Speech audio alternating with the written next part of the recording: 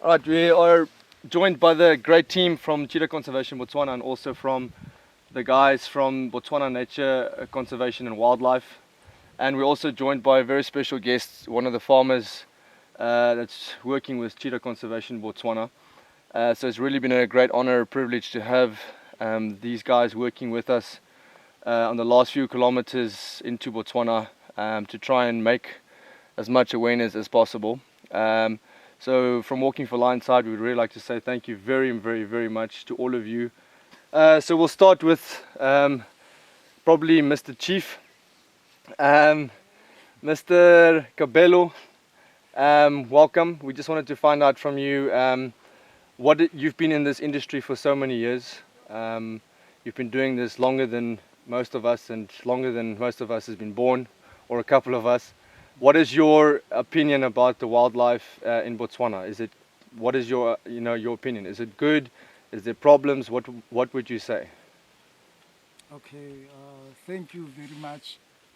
Thank you very much for the question. I have been in the Department of Wildlife and National Parks for 28 years, and in my opinion, yes, we we are good, but obviously there is nothing like good where we don't have challenges. Challenges are always there, but we are trying at all costs to try and address the problems we have. Okay. Mr. Pule, what would you say is the biggest problem Botswana faces when it comes to the lion problems in this area or in Botswana? Yes, probably one would talk about the conflict that we have between the lions themselves and the farmer. Because farmers are trying to keep cattle, raise livestock, and the lion will come from the bush and start causing damage to livestock. And that obviously farmers are not happy about.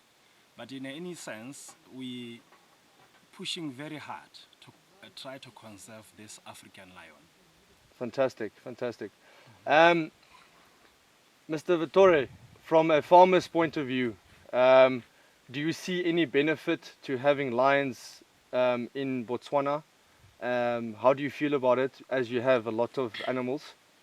I think I'm very happy because if I'm say like now, my child, nowadays you can see the lion, but if you just finish and kill him, my child he never see the lion.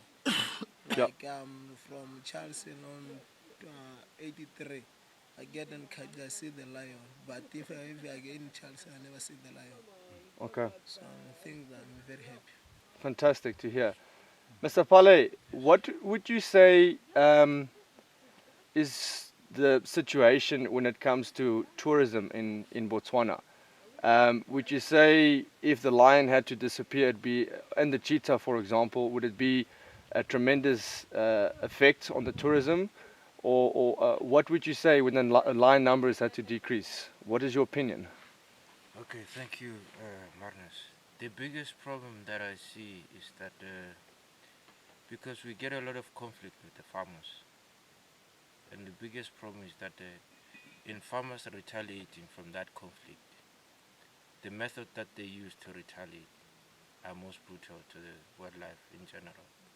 So the method that they use is what we're trying to bridge the gap, to make them understand that when we come from the conservation point of view, we need that rural development from the people who are in the ground as well to benefit from what they have as wildlife.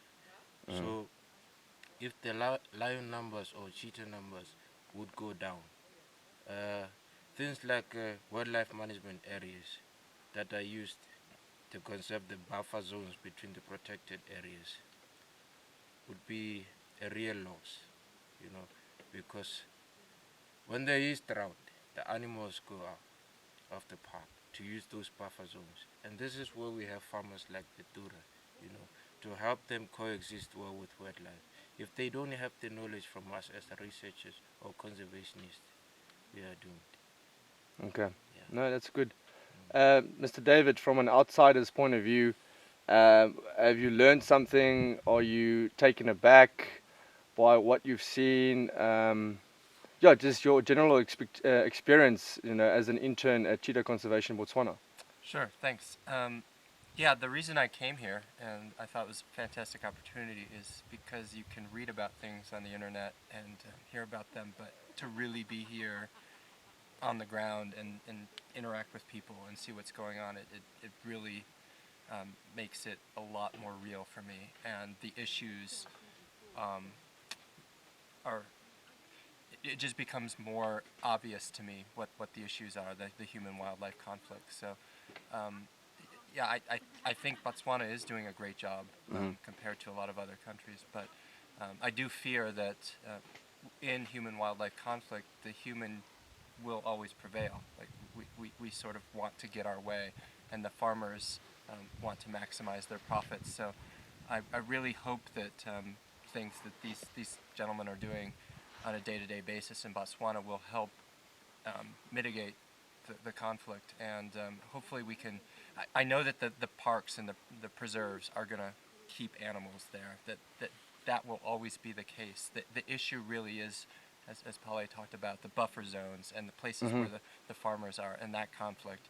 And like I said, I think they're doing a great job here, given all the challenges. But it just takes a lot of time, a lot of effort, a lot of money, a lot of feet on the ground.